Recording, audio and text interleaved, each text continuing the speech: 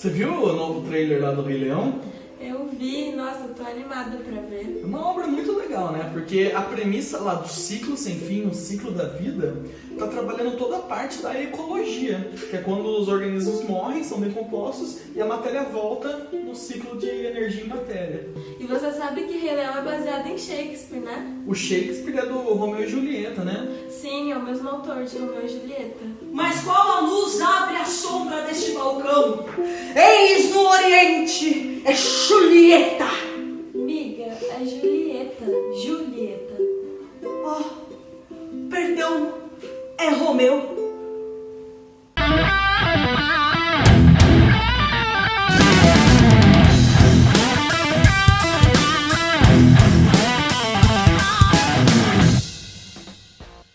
E aí, galera do Inteiramente, seu espaço interdisciplinar. Eu sou a Giovana Clara das Artes Cênicas e hoje eu estou com dois convidados maravilhosos aqui. Pode soltar a música? Quais? Tá bom. Tudo bem. E hoje a gente tá em família aqui. Estou com meu irmãozinho que é a minha prima. E eles vão se apresentar pra vocês. É isso aí, galera. Então, com toda essa energia e animação do começo, pra vocês verem, a gente vai ter então uma nova apresentadora aqui no canal, que é a Gia, assim como o Kendi também apresenta alguns. E hoje a gente tá ali com um especial de fim de ano em família, né? Eu sou o Guilherme Aparecido da Biologia e tem também aqui, que é prima minha também. Oi, gente, eu sou a Carla Stoppa, eu sou da Letras e tô muito feliz de estar aqui hoje. Nossa. Então é isso. E hoje a gente vai tentar entender um pouquinho e relacionar uma outra forma de arte que é a literatura. Fala, Carla! A literatura nada mais é que a arte das palavras. Então, a matéria-prima da literatura são as palavras. Assim como o pintor precisa da tinta, o autor precisa das palavras. A literatura é o lugar onde os autores, as pessoas vão expressar os seus sentimentos, as suas indagações, propor coisas, questionar coisas através das palavras, que são a forma de comunicação mais bem sucedida atualmente e através da história. E vamos também tentar relacionar ali as influências da humanidade em si, né?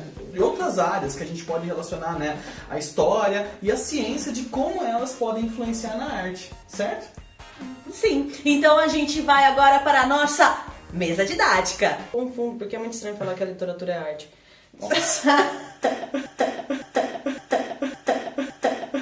Primeiro, o trovadorismo, mais ou menos entre o século XII até o século XV, é marcada pelas cantigas. Depois, mais ou menos entre o século XV e o XVI, a gente vai ter o chamado humanismo, que vai ser muito forte em Portugal, principalmente pela produção do Gil Vicente, dos autos e farsas.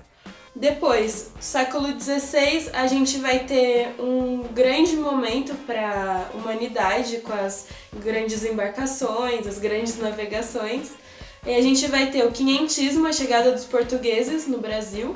E a gente vai ter o classicismo acontecendo em Portugal e ali na Europa, falando desses grandes feitos das navegações. Depois a gente vai ter o barroco, que é um momento de crise na humanidade também, a questão da reforma protestante, o movimento da contra-reforma para tentar trazer as pessoas de volta para a igreja. Depois disso, no século XVIII, a gente vai ter o arcadismo, um momento em que os autores querem fugir da cidade, de tudo que está acontecendo, e eles se refugiam através da literatura no campo. Depois a gente vai ter o romantismo, fim do século XVIII, começo do XIX, também uma grande vertente da literatura, com diferentes formas que aparecem.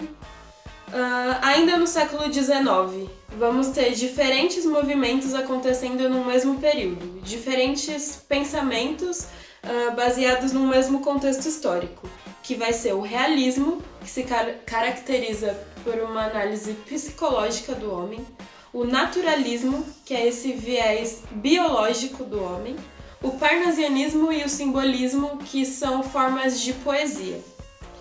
A gente vai ter o pré-modernismo depois, no século XX, que é mais característico do Brasil, que é um movimento de transição. E logo em seguida a gente vai ter o chamado modernismo, que é essa última escola literária que a gente tem. Atualmente a gente está no século XXI e a gente não tem muito bem definido o que a gente está vivendo. Agora cada autor tem um estilo individual. A literatura, ela surge nos primórdios da humanidade, antes mesmo da escrita. Então como isso pode ter acontecido? Através da tradição oral. Aquela história que a gente ouve dos avós contando, isso é literatura. Isso foi passando de geração por geração até a chegada da escrita, né? E logo esses contos, essa tradição oral, passou para o papel. Ao longo dos anos, a gente vai ter diferentes definições do que é literatura. A literatura definida, né? A literatura clássica, que vai ser definida lá pelo Aristóteles também, ela era definida de um jeito. Então era a arte que imita a vida, como em todas as artes. A partir do século XX, se eu não me engano, estudiosos da literatura começam a reparar que os escritores possuem estilos semelhantes num determinado período de tempo. Então eles começam para estudar e visualizar de uma maneira melhor essa história da literatura, separar esses movimentos por escolas literárias ou estilos de época. Então, em cada século, em cada período, a gente vai ter aquelas escolas literárias, né, naquela linha do tempo. E uma coisa importante, não é porque existem esses nomes separadinhos que cada estilo vai negar totalmente o estilo anterior. O que a gente vai ter, na verdade, é um momento de transição de uma fase para outra. Então, assim como a história vai mudando, questões políticas, sociais vão mudando na vida das pessoas, o pensamento dessas pessoas também vai mudando, a vida delas também vai sendo afetada. Então, a literatura ela vai representando isso ao longo do tempo. Um exemplo é o naturalismo. No naturalismo, esses autores eles vão estar influenciados pelo pensamento da época, que era essa corrente naturalista, que tenta explicar a vida, o ser humano, tudo à luz da razão. Então, eles acreditavam que tudo podia ser explicado através da ciência. E isso vai ser afetado também na literatura. A gente vai ter, então, essa corrente, esse movimento chamado naturalismo, em que esses autores eles vão começar a explorar mais um viés biológico do homem. No século XII, que o teatro ele começa a ser resgatado, mas para ser feito na frente das igrejas, como um teatro sacro, autos, milagres e etc., para contar os dramas litúrgicos, né? No século XVI, a gente então tem o Renascimento acontecendo em todas as áreas, e principalmente no teatro, o Renascimento trazendo consigo o antropocentrismo. E o antropocentrismo, ele quer falar sobre o homem no centro, né? Sobre as relações humanas. E a comédia dell'arte vai surgir para fazer comédia sobre as relações humanas, sobre os nossos costumes. E vai ser um teatro mais popular, um teatro para a população, um teatro realizado tanto nas ruas, mas também nas cortes. E aproveitando esse gancho aqui do naturalismo, no final do século XIX, vai surgir também o teatro naturalista. Sobre o que eu falei de teatro medieval, comédia dell'arte, teatro elizabetano inglês, vocês podem ver neste vídeo aqui em cima, que foi o primeiro vídeo do canal. E agora a gente vai falar um pouco também sobre o teatro naturalista. E um dos principais colaboradores para o teatro naturalista, para a literatura naturalista, vai ser um cara chamado Émile Zola. E é importante a gente lembrar que muitos autores nesse período no naturalismo, eles de tão realistas que eles eram na descrição, no detalhamento das coisas, né, na profundidade das coisas, eles acabavam sendo chamados de naturalistas pelos próprios críticos, porque os críticos falavam que eram pessoas conhecedoras das ciências, da biologia, mas que resolveram caminhar para a arte. Então, para vocês verem como que a ciência e a arte estão completamente ligadas nessa corrente. E também é importante a gente destacar aqui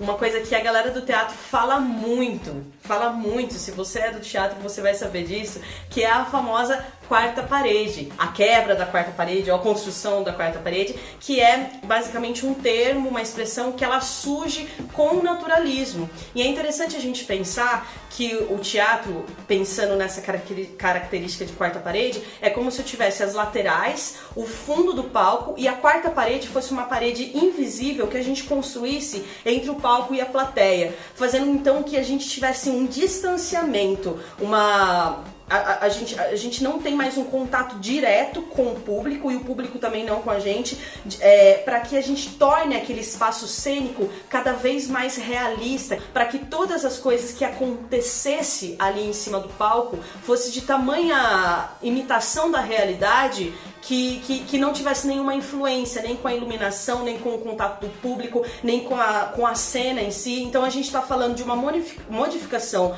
espacial do teatro e a gente está falando também de uma modificação dramatúrgica, uma modificação cênica. Uma outra expressão que a gente conhece desse período também, além da quarta parede, é a fatia da vida. É como se você pegasse uma pizza e você tirasse uma fatia e você fosse assistir e observar e analisar apenas aquela fatia. O teatro naturalista era isso. E é importante a gente ter uma imagem assim, pra gente entender, como se essa quarta parede invisível tivesse uma pequena fechadura e a gente conseguisse assistir o que acontece em cena através dessa pequena fechadura. Isso seria a representação da vida no teatro naturalista, com todos os detalhamentos possíveis. E uma das influências da ciência em si para o naturalismo foi mais ou menos em 1859. A gente tem ali a publicação do livro A Origem das Espécies por Meio da Seleção Natural. E isso foi o que deu força para a área da biologia em si, porque até então não tinha essa consolidação. Foi escrita por Charles Darwin e Alfred Wallace, que ficou conhecida como uma corrente chamada de darwinismo, totalmente voltada à evolução. Bom, e também, né, então, como a gente está falando esse tempo todo sobre a influência de várias áreas do conhecimento na arte, né, então a gente tem que destacar essa parte da ciência, né. Até então, a gente tinha ali a área da história natural. E a história natural estaria relacionando o quê? O planeta em si e evidências como, por exemplo, rochas, fósseis, né? Então essa área estava muito mais vinculada com a geologia em si.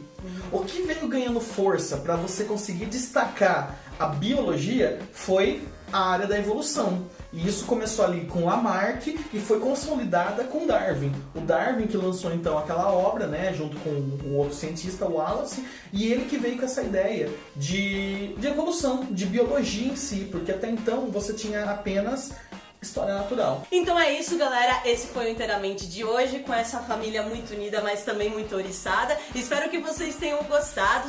Dê um like no nosso canal, no nosso não, do meu irmão, mas que é nosso também, a família Nepotismo. Dê um like, se inscreve aqui, balança o sininho para receber mais notificações sempre que tiver vídeo novo. E cara, muito obrigada pela oportunidade novamente, adorei apresentar. E muito obrigada, Carla, pela sua presença, por estar aqui ajudando a gente, foi incrível. Eu que agradeço, estou muito feliz de estar aqui, adoro esse canal, espero voltar mais vezes. Realmente, fica então o convite. Galera, é isso aí. Agradeço muito minha irmãzinha linda aqui por ter participado, né? A minha prima também, então esse canal especial Família Fim de Ano, né? A gente tá aqui pra divulgar cada vez mais o conhecimento e de forma totalmente interagida, né? De forma interdisciplinar, ok? E gratuita. Isso. Gente, então, obrigada. semana que vem a gente tá aí de novo, né? Próxima segunda. E a gente aguarda vocês. Valeu, galera!